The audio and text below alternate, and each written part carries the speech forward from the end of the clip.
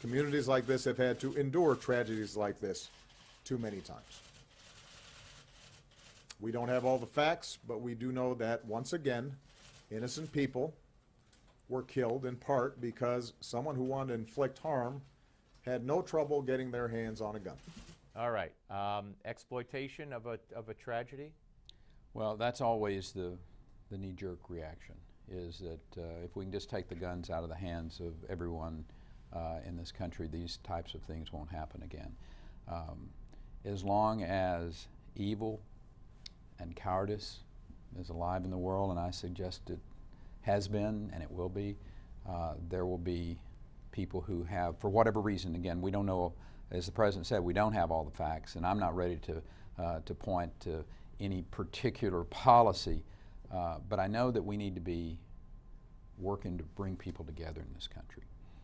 It's one of the reasons that we work so hard in the state of Texas to create an environment where you could get an education. Texas now has the second highest overall high school graduation rate in America. If you're African American in America and you live in Texas, you live in the state that has the #1 high school graduation rate. Which is so very, very important. It is so important to this. It gives hope and it gives you a chance. And that's where I would like to see the next President of the United States really focused on bringing this country together, allowing those states to come up with programs to improve education opportunities. As you did, but I do want to ask, is that, I mean, did he go too quickly to the microphone and blame guns? And is this just an attempt to exploit a situation in your view? This is the MO of this administration. Anytime there is an accident like this, the President's clear. He doesn't like for Americans to have guns. Right. And so he uses every opportunity, this being another one, to basically go parrot that message.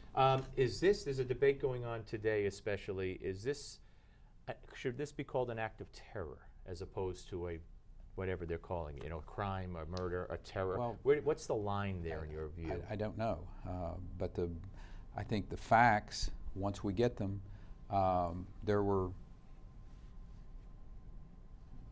more people than that killed in Paris. This was a crime of hate. We know that. And also I think there's a real issue to be talked about. It seems to me, again, without having all the details about this one, that these individuals have been medicated. And there may be a real issue in this country from the standpoint of these drugs and how they're used. I know for a fact, being a substantial supporter of our military and our veterans, that the Veterans Administration, for instance, is handing out these opioids in massive amounts. Yes. And then people question, well, why can't these young individuals get work, or why is the suicide rate so high? So, I mean, there are a lot of issues here underlying this that I think we as a country need to have a conversation about, rather than just the knee-jerk reaction of saying, if we can just take all the guns away, this won't happen.